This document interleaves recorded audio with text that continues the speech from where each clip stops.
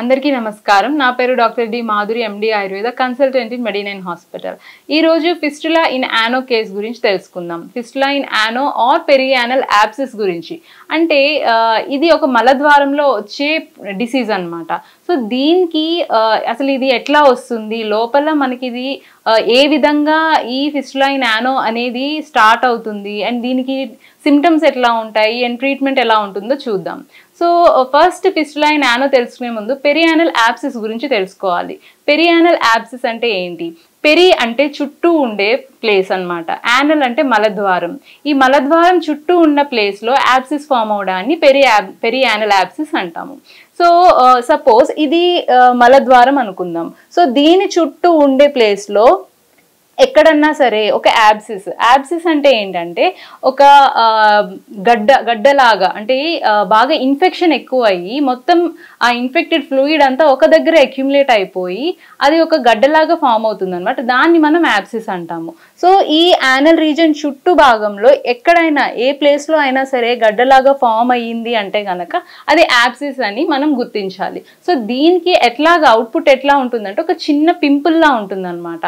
అంటే చిన్న స్పాట్ లాగా ఉండి దాని నుంచి బ్లీడ్ అవ్వడము, పస్ డిశ్చార్జ్ రావడము, అట్లాగే బ్లడ్ అనేది ఈ పస్తో కూడి బయటికి రావడము అనేది చూస్తూ ఉంటాం అనమాట. సో ఇది యాబ్సిస్ కండిషన్. అంటే పేషెంట్స్ చెప్పే కంప్లైంట్ ఎట్లా ఉంటుంది అంటే నీరులా కారుతుందండి, బ్లడ్ డిశ్చార్జ్ వస్తుందండి అని అంటూ ఉంటారు. అండ్ ఫౌల్ స్మెల్ ఉంటుందన్నమాట. అంటే చాలా వాసన అనేది చాలా భయంకరంగా ఉంటుంది. సో స్మెల్ ఎక్కువ రావడము, దురద ఉంటుంది ఆ ఏరియా మొత్తంలో. సో ఇవి పెరియానల్ యాబ్సిస్లో ఉండే సిమ్టమ్స్ అన్నమాట. సో దీనికి తోడు మనకి ఫిస్టులా అనే కండిషన్ కూడా లోపల ఫామ్ అవుతూ ఉంటుంది. సో ఈ ఓన్లీ యాబ్సిస్ ఫామ్ అయింది అంటే కనుక దాన్ని కట్ చేసి డ్రైన్ చేస్తారు. బట్ ఎప్పుడైతే లోపల ఫిస్టులా ట్రాక్ అనేది ఫామ్ అయిందో, ఫిస్టులా అంటే ఏంటి అంటే అదొక పైప్. అంటే 2 ends ఉంటాయి అనమాట. లోపల ఒక ఓపెనింగ్ ఉంటుంది, బయట ఒక ఓపెనింగ్ ఉంటుంది. సో అదొక ట్రాక్ట్ అనమాట.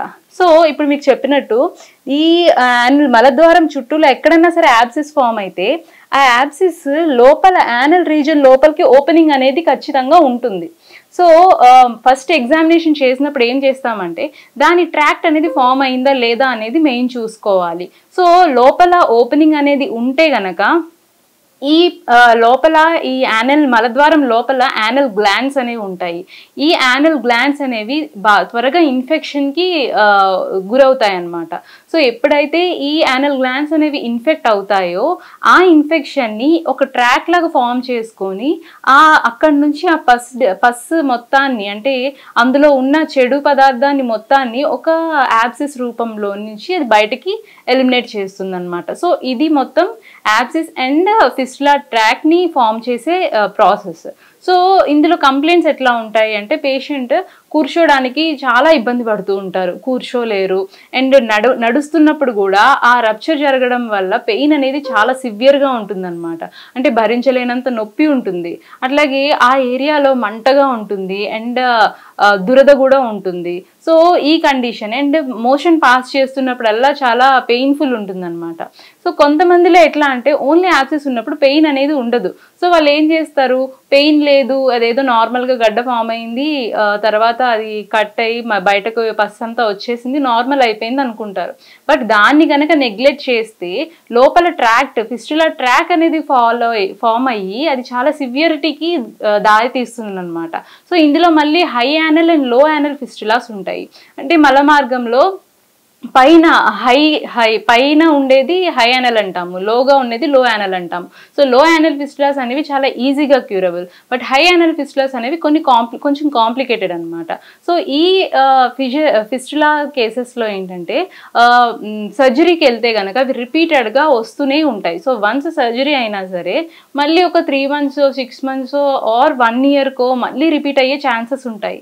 సో దీనికి ఏంటంటే ఆయుర్వేదంలో క్షారసూత్ర అనే అద్భుతమైన ప్రొసీజర్ ఉందన్నమాట.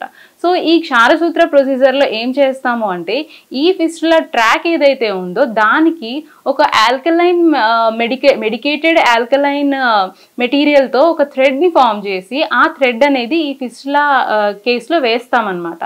సో అట్లా వేయడం వల్ల ఏమవుతుంది అంటే ఈ ట్రాక్లో ఉన్న ఇన్ఫెక్షన్ మొత్తం స్క్రేపింగ్ జరిగి మొత్తం బయటికి ఎలిమినేట్ అయిపోతుంది. అట్లాగే మళ్ళీ రికరెన్స్ అనేది ఉండదన్నమాట.